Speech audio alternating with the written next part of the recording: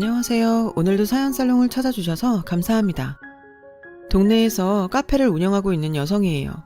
대형 프랜차이즈 카페는 아니고 아르바이트생 2명을 두고 있는 작은 카페예요. 가게에서 파는 케이크와 쿠키는 모두 제가 직접 만들고 있어요. 2아이를 키우는 엄마다 보니 내 아이들 먹일 간식 만드는 마음으로 만들고 있죠. 솔직히 아이들을 키우면서 카페를 운영하는 건 쉬운 일은 아니에요. 다행히 제 경우는 애들 아빠가 퇴근 후 아이들을 돌봐주고 있어서 밖에서 일하는데 수월한 편이긴 해요. 다행히 아이들도 일하는 엄마를 많이 응원해주고 있고요. 저는 초등학교 5학년인 아들과 3살인 딸아이를 키우고 있어요. 딸아이는 올해 유치원에 들어갔죠. 아직 어려서 걱정을 많이 했는데 다행히 친구들과도 잘 지내고 적응도 빨라서 안심이 되더라고요. 작은 아이 하원은 주로 큰애가 맡아서 하는데 방과 후 유치원에 들러 카페로 데려오곤 하죠.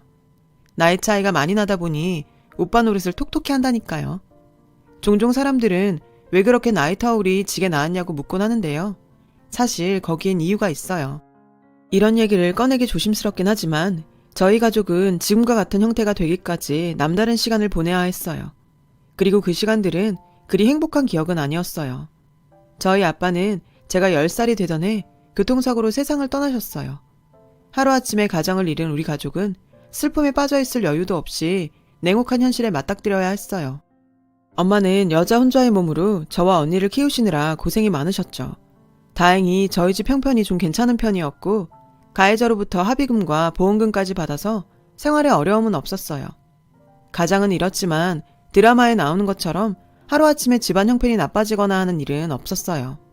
하지만 한창 어리광을 부릴 나이였던 저는 아빠의 부재가 큰 상처가 되었어요. 중학생이던 언니는 큰딸이라 그런지 엄마 곁에서 씩씩하게 장례 절차도 돕고 집안일도 도우며 장년 노릇을 톡톡히 해냈어요. 언니라고 아빠 이런 슬픔을 어른스럽게 참아낸 거죠. 하지만 저는 아니었어요. 고작 10살밖에 안 된 초등학생인데다 평소 아빠와 사이가 돈독했던 터라 상실의 아픔을 누구보다 크게 느꼈던 것 같아요. 저는 잘 기억이 나지 않지만 엄마 말로는 제가 실어증 증세도 보였다고 했어요. 발인 날에는 제가 너무 울어서 탈진하는 바람에 언니가 저를 내내 안고 있었다고 하더라고요. 시간이 약이라는 말처럼 엄마와 언니의 보살핌 속에서 저는 조금씩 슬픔에서 빠져나올 수 있었지만 아빠의 부재로 인한 후유증은 어린 제 가슴에 깊게 남아버렸어요. 현재 언니는 간호학과를 졸업한 뒤 간호사로 일하고 있어요. 엄마의 고생을 덜어준다고 일부러 취업이 수월한 직업을 선택한 거죠. 저는 요리와 베이킹을 좋아했어요. 그래서 식품영양학과에 입학을 했어요. 그때부터 저는 디저트 카페를 열거나 빵집 혹은 호텔에서 파티셰로 일하기를 꿈꾸었죠. 그래서 재학 중에 자격증도 미리 따두었어요. 저는 대학을 졸업하기 직전 호텔에서 인턴으로 일하게 되었어요. 호텔에서 운영하는 베이커리에 인턴 제과사로 일을 하게 된 거죠.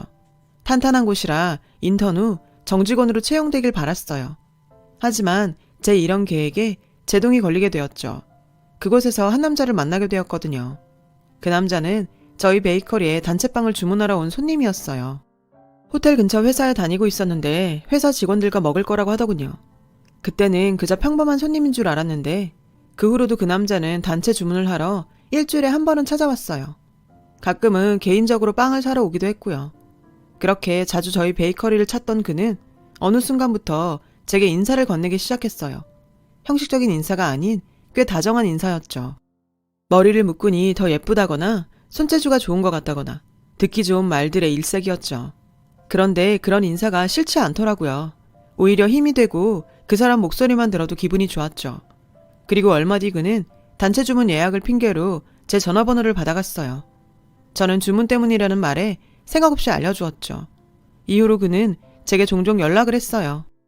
대개는 빵 주문 전화가 아닌 개인적인 용무 때문이었죠. 이를테면 혹시 오늘 커피 사다 드려도 될까요? 저녁 식사를 대접하고 싶어요. 등등 티나게 호감을 담은 전화통화였죠. 몇 번 거절을 하다가 저는 그와 함께 식사를 하게 되었고 그날 많은 얘기를 나누었어요. 그 남자는 제 어린 시절 이야기를 듣고는 고생이 많았겠다며 위로도 해주었죠. 저는 그의 다정한 모습에 빠져들었어요. 어린 시절 잊어버렸던 든든한 아빠의 모습을 보는 것 같았거든요. 결국 한 달도 안 돼서 저는 그와 교제를 하게 되었어요. 남자는 저보다 나이가 6살이나 많아서 주위에서 걱정하는 시선도 있었지만 저는 그저 든든한 그에게 빠져 있었죠. 만난 지 얼마 안 됐는데도 결혼까지 생각할 정도였어요. 제 졸업식이 한 달 앞으로 다가왔을 때 그는 저를 멋진 레스토랑에 데려갔어요. 그리고 식사가 끝날 무렵 제 앞에 고급 벨벳 케이스를 내밀고는 뚜껑을 열었죠. 그 안에 빛나는 반지가 들어있었어요. 소라야, 오빠랑 결혼해줄래? 청혼을 받은 저는 눈물을 흘렸어요. 제가 그토록 꿈꾸던 순간이었으니까요. 눈물을 닦느라 대답을 못하자 그는 갑자기 제 손을 꼭 잡았어요. 소라야, 난 앞으로 남은 인생을 너와 함께하고 싶어. 너 없이는 안 될 것 같아. 그래서 이렇게 용기 내서 청혼을 하게 됐지만 솔직히 내가 너무 염치 없는 것 같아서 미안해. 저는 그게 무슨 말이냐고 내가 이 순간을 얼마나 기다렸는지 아냐고 말하려고 했어요. 그런데 그 순간 자기 핸드폰에 있는 사진을 한 장 보여주지 뭐예요. 그가 어린 아이를 안고 있는 사진이었죠. 사실 나 3살짜리 아들을 키우고 있어. 애 엄마랑은 이혼을 했고. 뜻밖의 말에 저는 깜짝 놀랐어요. 진작 말했어야 했는데 그랬다간 네가 날 떠날까봐 두려워서 말 못했어. 내가 양육권을 가지게 된 건 애 엄마가 외도를 해서 이혼했기 때문이야. 그 후로 정말 아이만 키우면서 살려고 했는데 너를 만나고 새 출발하고 싶다는 욕심이 생겼어. 내가 이기적인 거 잘 알아. 네가 거절을 해도 할 말은 없지만 적어도 내 진심은 보여주고 싶었어. 지금 같았으면 말도 안 된다 생각했을 거예요. 다시 생각해본다고 했겠죠. 하지만 당시 저는 어리고 철이 없던 때라 제 눈에 그 사람이 그저 아내의 외도에도 불구하고 자식을 책임지려는 성실한 아버지로 보였어요. 그를 통해 그토록 그리워했던 아빠의 모습을 떠올렸죠. 저는 결국 남자의 청혼을 받아들였어요. 부족하지만 좋은 엄마가 될 수 있도록 노력하겠다고 말이죠.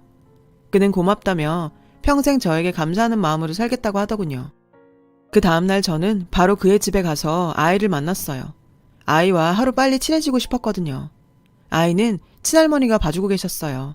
어머님은 그리 깐깐한 분은 아니었어요.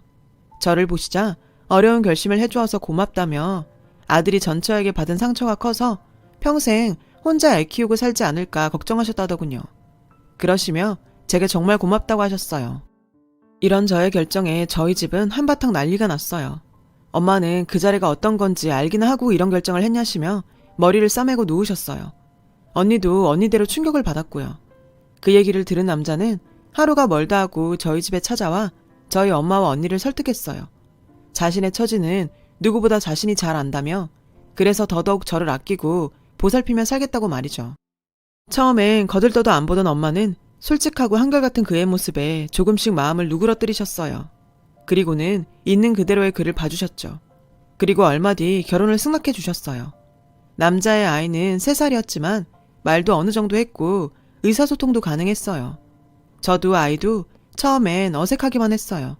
육아 지식이 없었던 저는 인터넷 검색을 통해 아이와 친해질 방법을 생각했어요. 퇴근하고 매일 찾아가서 같이 놀아주고 과자나 쿠키도 만들어주었죠. 결혼 준비를 하는 몇 달 동안 대부분의 시간을 아이와 친해지는 데 썼어요. 지성이면 감천이라고 하죠. 저는 결혼식 전에 아이에게서 엄마라는 소리를 들을 수 있었어요. 마음을 연 아이는 저를 잘 따랐어요. 엄마, 엄마 하며 저를 먼저 안곤 했죠. 그 모습이 그렇게 사랑스럽더라고요. 가족들과 지인들의 걱정 속에 저는 결혼식을 무사히 마칠 수 있었어요. 남편도 남편이지만 저는 아이가 너무 예뻐서 이런 아이를 두고 바람을 피운 친모가 용서가 안 되더라고요. 저는 남편과 아이가 살던 집에 들어가 신혼살림을 시작했어요. 베이커리에서는 인턴 기간이 끝나고 정직원으로 전환을 시켜준다고 했지만 저는 육아를 위해 일을 그만두었어요. 지금 생각해보면 참 바보 같은 짓이었죠. 하지만 당시엔 그만큼 아이가 좋았고 꿈꾸던 결혼 생활에 취해 있었거든요. 아이는 날이 갈수록 제게 애착을 보였고 다른 아이들 앞에서 보란듯이 제 손을 잡아 끌며 엄마라고 부르곤 했어요. 그 모습을 보니 제 어린 시절이 떠올라 마음이 짠하더라고요. 처음에는 아이를 어색해하던 엄마와 언니도 시간이 지나다 달라지더군요. 언니는 조카 바보가 되어 아이를 위해 선물 공세를 이어갔죠. 그때까지만 해도 저는 제가 행복한 가정을 꾸리고 있다고 생각했어요. 그래서 스스로 뿌듯하기도 했죠. 하지만 그런 꿈 같은 생활은 결혼한 지 1년도 채 안 돼 무너지고 말았어요. 제가 이혼을 하게 되었거든요. 이혼 사유는 어이없게도 남편의 외도였어요. 결혼하고 7개월 정도 되었을 때 우연히 남편 핸드폰을 보게 되었어요. 그리고 그 순간 막장 드라마에는 나올 법한 상황이 전개되었죠. 남편의 핸드폰에는 하트 이모티콘으로 장식된 연락처가 있었고 그 번호로 주고받은 문자를 보니 기가 차서 말이 안 나올 지경이더라고요. 닭살 돋는 애정 표현과 음란물에 가까운 사진들로 가득했거든요. 너무나 확실한 외도 증거에 저는 곧바로 남편을 추궁했어요. 남편은 순순히 인정하더군요. 미안해. 집에서 육아에 빠져 포석해진 네가 더 이상 여자로 안 보여. 상상도 못한 그 말에 어이가 없어서 눈물도 안 나오더라고요. 결국 그 사람은 달콤한 말로 꼬드겨 저를 자기 아이의 보모로 부렸을 뿐이었죠. 남편을 믿었던 만큼 충격도 컸어요. 저는 몇 날 며칠을 알아누웠어요. 당장이라도 이혼을 하고 싶었지만 아이가 눈에 밟히더라고요. 그 사이 아이와 정이 많이 들어 쉽게 떼어낼 수 없었거든요. 그래서 소가리를 하며 몇 주를 견뎠어요. 그러다 결국 언니한테 들키고 말았죠. 조카 간식 샀다고 집에 불쑥 찾아온 언니가 제 몰골을 보곤 도대체 무슨 일이냐고 추궁을 계속했고 부인을 하다 결국 울면서 언니한테 모든 사실을 말해버렸어요. 그러자 언니가 불같이 화를 내더라고요. 당장 이혼해. 내가 왜 망설이는지 알지만 그래도 헤어지는 게 맞아. 난 내가 그 자식이랑 한 집에 사는 꼴 절대 못 본다고. 딴 거 걱정하지 마. 일단 네 걱정만 하라고. 변호사 알아봐 줄 테니까 그 자식한테 위자료 제대로 받고 여기서 그만 끝내. 언니는 정말 다음날 병원에 휴가를 내고 제 이혼 소송을 위해 뛰어다녔어요. 뒤늦게 사실을 알게 된 엄마는 땅을 치시며 후회하셨죠. 그때 끝까지 말렸으면 이런 일은 없었을 거라면서 당신 잘못이라고 목 놓아 우셨어요. 저로 인해 엄마와 언니가 힘들어하는 모습을 보자 그동안 내가 얼마나 무르게 살았는지 알겠더라고요. 그래서 마음 독하게 먹고 이혼 소송을 진행했어요. 남편이 유책 배우자였기 때문에 위자료를 받고 이혼할 수 있었어요. 하지만 제게 양육권이 없었기에 아이와는 이별을 할 수밖에 없었죠. 이혼이 성립되고 제가 집을 나오던 날 아이가 저한테 매달리며 자기도 엄마 따라 가겠다고 엉엉 우는데 어찌나 마음이 아프던지 눈물을 참느라 아이와 작별 인사도 제대로 못하고 서둘러 집을 나와야 했어요. 결혼을 하고 직장을 그만둔 상태여서 1년 만에 다시 직장을 구해 일을 시작했어요. 호텔로 돌아가지는 못하고 동네에 있던 빵집에 취직을 하게 되었죠. 저는 한동안 우울증에 시달려야 했어요. 한때는 일상생활이 힘들 정도였어요. 악몽도 자주 꾸고 툭하면 울기도 했죠. 그런 제 모습을 보던 언니는 심리상담을 권유했어요.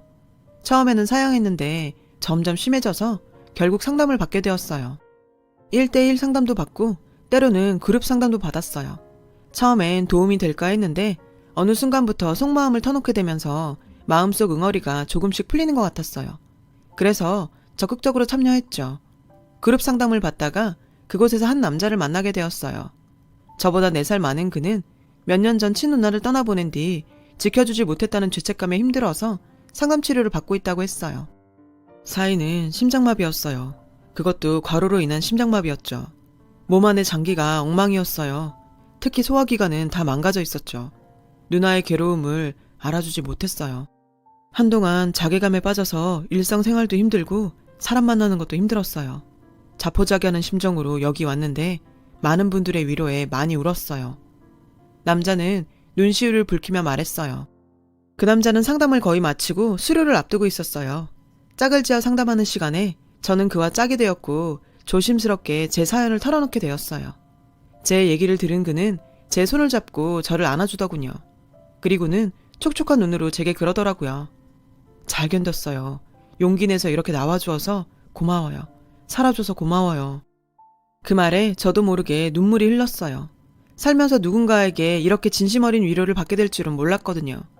그날 우리는 연락처를 교환했고 밖에서 둘이 따로 만나기로 했어요. 그렇게 만남을 이어가다 보니 서로에게 호감을 가지게 되었고 자연스럽게 연애를 하게 되었죠. 사실 조금 두려웠어요. 이번에도 상처를 받게 되면 어쩌나 두려웠거든요. 하지만 평생을 남자에 대한 트라우마를 안고 살 수는 없다는 생각이 들었어요. 그래서 용기를 내어보기로 했죠. 그는 절 많이 배려해 주었어요. 이전의 아픔을 다 지울 수 있을 만큼이요. 그리고 1년이 거의 다 되어갈 무렵 저는 그에게 청혼을 받았어요. 그런데 그가 뜻밖의 말을 꺼내지 뭐예요. 부탁하고 싶은 게 있어. 누나가 죽기 전에 남긴 아이가 있거든. 지금은 누나 전 남편이 키우고 있는데 자기만 허락한다면 내가 키우고 싶어. 강요하는 건 아니야. 네가 원하지 않으면 우리 부모님이 키우셔도 돼. 애 얼굴도 안 보여줘서 부모님이 상심이 크거든. 그래서 조카를 데려오려고 소송을 할 생각이야. 그러자면 법정 공방도 있을 테고 많이 소란스러워질 거야. 난 자기가 그걸 이해해줬으면 하는 마음에서 얘기하는 거야. 미안한 마음에 힘겹게 얘기하는 글을 보니 제 마음도 편치 않았어요. 당연히 해야지. 엄연히 손주인데 얼굴도 못 보고 사는 게 말이 돼? 소송 당장 진행해. 나도 도울게. 그렇게 우리는 결혼 준비와 법정 싸움을 동시에 진행하게 되었어요. 결혼식을 한 달 앞둔 어느 날이었어요. 법원 출석 날짜가 잡혔어. 저는 법원에 같이 가겠다고 했어요. 저는 법정 뒤쪽에 자리를 잡고 앉았어요. 잠시 뒤 신우이의 전 남편이 들어왔어요. 그 순간 저는 입을 틀어 막았어요. 법정에 들어온 그 남자는 다름 아닌 제 전 남편이었거든요. 제가 충격에 빠져있는 동안 제 약혼자는 판사 앞에서 열변을 토했어요.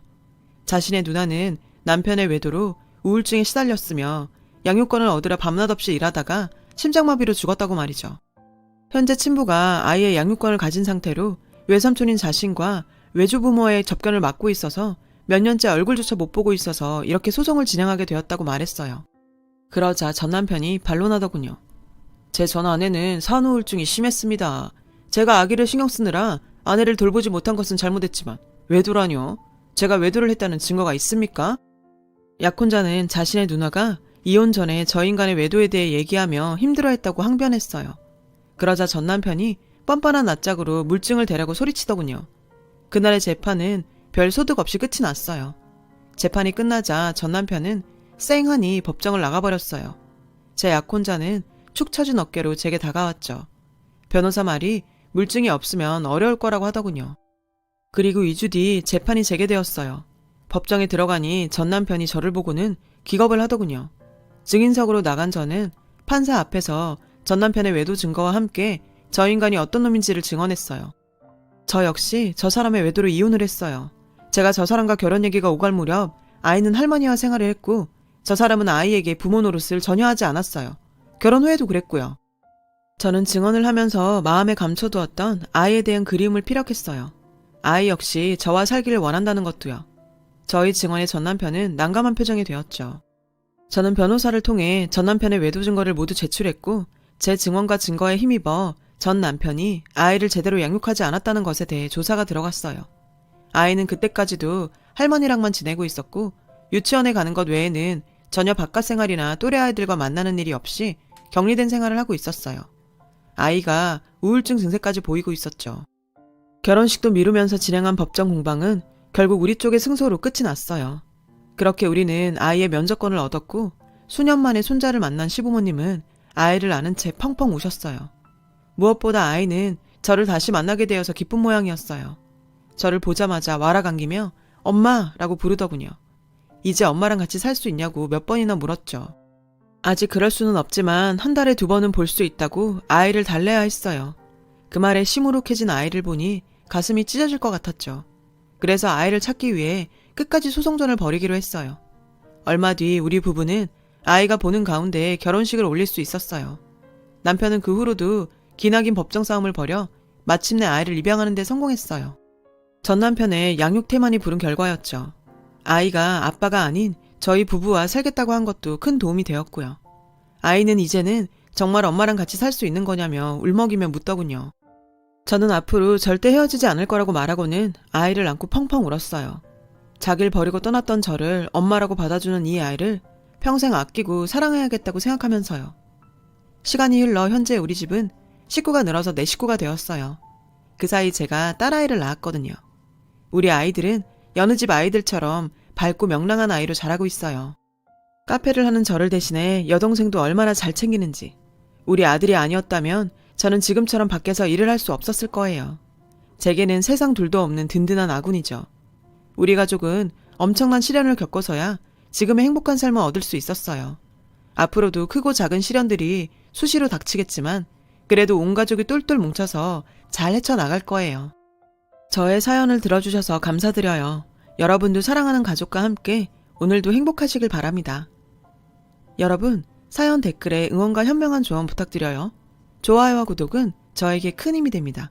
오늘도 좋은 일 가득하세요.